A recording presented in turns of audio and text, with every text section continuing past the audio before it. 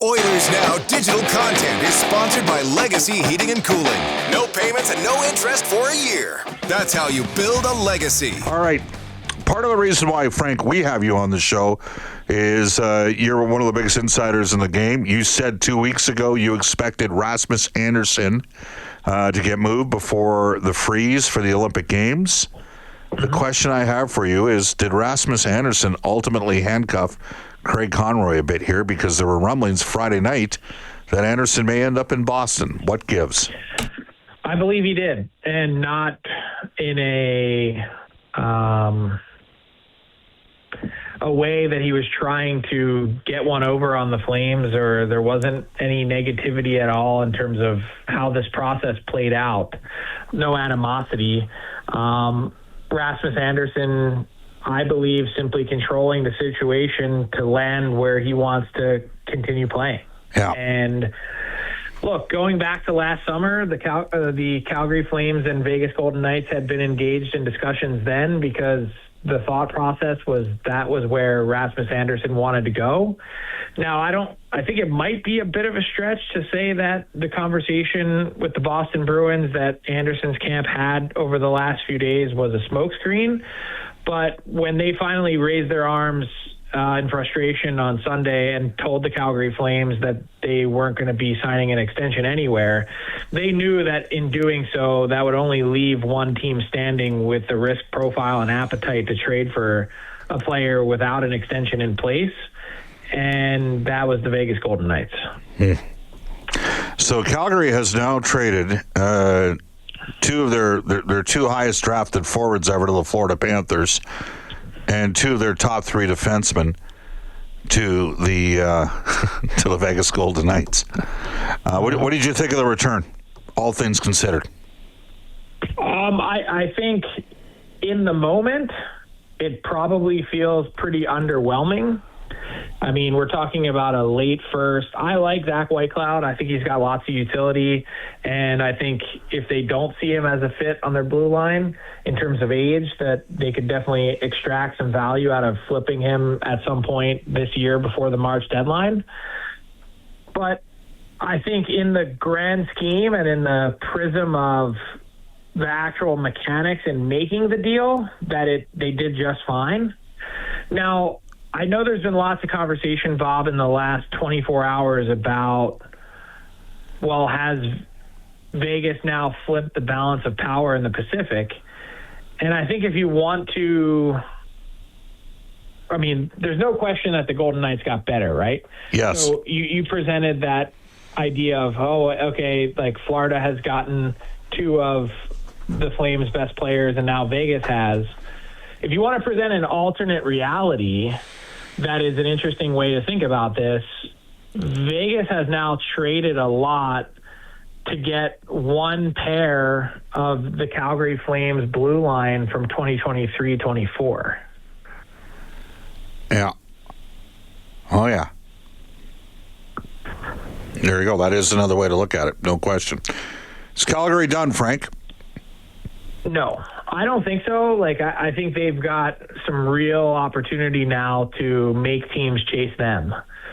They don't have to move Blake Coleman. They don't have to move Nazem Kadri, but they've got the market cornered, I think, on both players. There isn't really anyone else out there that plays exactly like Blake Coleman does. Right. And there isn't a center as good on the market, I believe. Well, someone would fight me on the Elias Pettersson part of it, but I don't know if there's going to be many better centers on the market than Nazem Kadri. We're joined by Frank Seravalli. He's our headliner today, brought to you by Wilhauk Beef Jerky. Others can try to imitate, but nobody can duplicate the great flavor of Wilhauk Beef Jerky. Only available in L.A., only available in Leduc, Alberta. All right, let's pivot to the Vancouver Canucks. We were in Vancouver, as you know, on Frank, you know what I'm going to relay to you. If I had told you, and that individual that we met at the bar, the JW Marriott, after JT Miller had scored in Game 5 in 2024, and was telling me how, he was very descriptive with his thoughts on the Edmonton Oilers and the organization. If I had told you, Frank, that less than 2 years later, you know what, Lindholm and Zadorov gone, JT Miller traded. Oh, wait, Quinn Hughes traded. I mean, it was something to be in the building that night. The Oilers it was a takeover night by Oilers fans in the house, Vancouver, and I have empathy for them because, Frank, as you know, two 1-win in 21 games runs during the decade of darkness that Jack Michaels and myself broadcast, and the fans, I mean, they paid to watch that team, and there were growing pains, and there were tough miles, and it's going to be tough probably for both Vancouver and Calgary, and it was brutal that night if you were a Canucks fan. It was.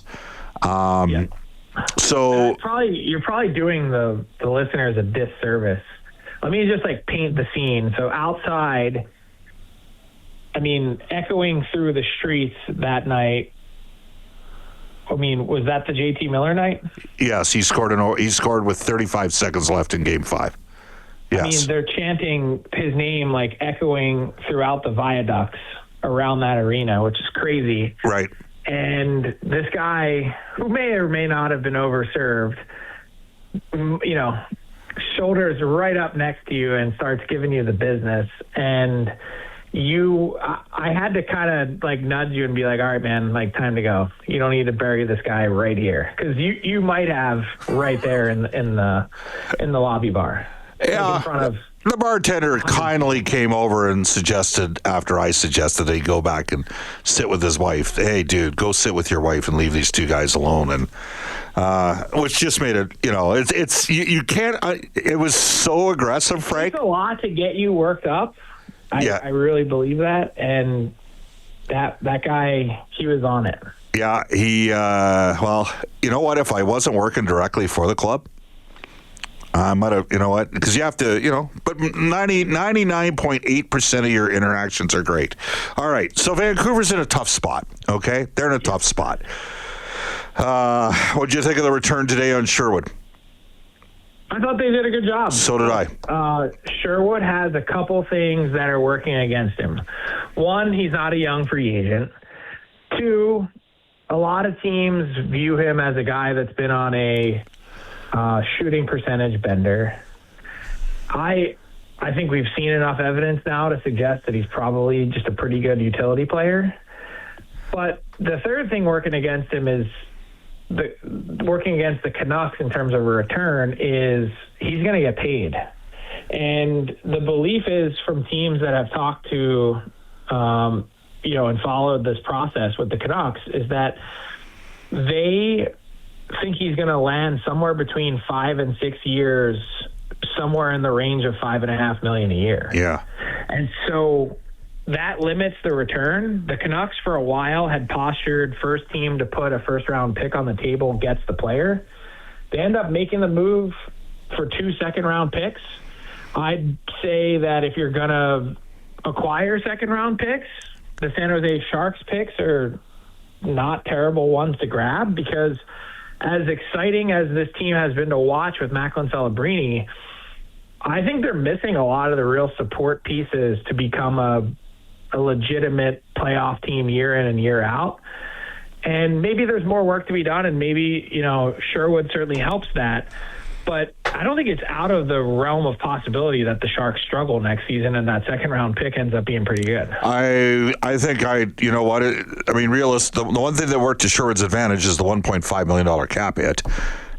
So if you were in a cap crunch, what are you going to get? A late? Doesn't matter for the Sharks. Right. Doesn't matter at all for them, but a late, a really good team. And Macklin Celebrini is a great young player, no question.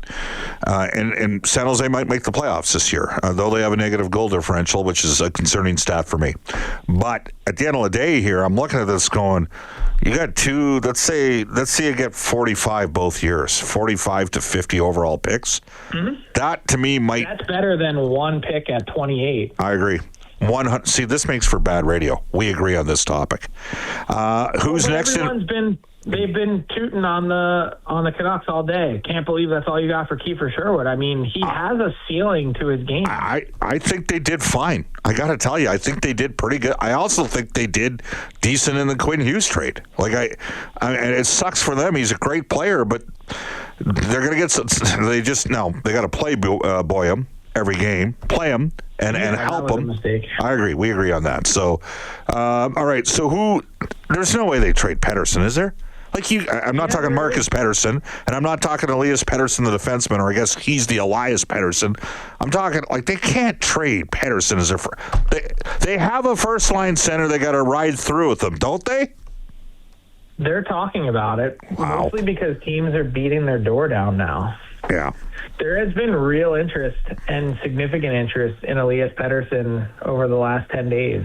And again, I'm not saying that it's absolutely going to materialize, because I think they're hemming and hawing to the same effect that you're just talking about, how difficult it is to acquire not just centers, but impact centers. And even though Pettersson hasn't come close to living up to his contract, I think in the back of the Canucks' mind is part of what they're wondering is what other teams are wondering too. Can we get this guy and his game rebooted? And then the next thing the Canucks have to ask is it going to happen here? Yeah. And I'm relatively pessimistic that it's going to happen in Vancouver. I think if he's going to blossom back into the player that he was, 40 goals and 100 points, that's probably going to have to be somewhere else. And I just don't know if they've come to that conclusion yet. Yeah. What do you think? What do you think the return would be on that? Pretty significant. I mean, even teams that don't really, really love the player, meaning they wonder how much of a fit he is, they see this as an opportunity to acquire a difference maker, and that's hard to do. Yeah. Well, again, I mean, at one time they had Horvat and Miller and Pettersson. Could you imagine if they traded Pettersson? Like, holy cow, it's unbelievable. Frank, I got another team that is likely headed down the path, and maybe Calgary's not 100% committed yet. Yes, they've moved Anderson, but I think they'll get there. Vancouver, we know that, there's no name not on the board there. I watched the St. Louis Blues last night. Doug Armstrong, and I realize he's been focused on Team Canada. I think St. Louis might be a team to watch here that might be moving out some contracts as well. I couldn't agree more. It's really a matter of who, because I think they're entertaining just about everyone. I think the only guys that end up staying there over the long haul are Neighbors, Holloway, Broberg, and Joel Hofer. That's kind of it. Does that mean that Jordan Binnington moves this year? Maybe not. Probably not. But is Jordan Kyrou and Robert Thomas in play? Yes. Wow. Braden Shen? Yes. I think they've got to shake it up, and I'd probably include Snuggerud in that untouchable category. Yeah. But outside of that, I think they've got a lot to consider. Well, they got a couple centers that would be fallback positions, right? Like the Oilers obviously had Nick Bjugstad here before. He's at $1.75 million. And there was somebody signed out of Vancouver last year who had a 20-goal season, signed a short-term deal with the Blues at $4.25. And I wonder whether or not he could end up in play as well. Potentially. We're talking Pius Suter, yes. Yeah, I think the Blues are very unhappy with their situation. I thought it was real interesting today that Steve Ott is going to the AHL, leaving their bench in the middle of the season after 8 years on their bench to go be their AHL head coach. Yeah. I think they're ready and willing to consider just about anything as Doug Armstrong embarks, not just on this Canadian Olympic journey, but on the back end of this. Remember, this is his last trade deadline as GM. Alex Steen takes over in the summer, and real change and transition is coming in St. Louis. All right, Frank, great stuff. Tell us about Frankly Hockey. Monday to Friday, 10 a.m. Mountain Time on Victory Plus, also streaming on my Twitter page. So lots of ways to get it with my co-host, John Butchergross. We have a lot of fun and probably are a little more preferential to Miracle. Yes, you and me. All righty. Awesome stuff. Thanks, Frank. See you, Bob.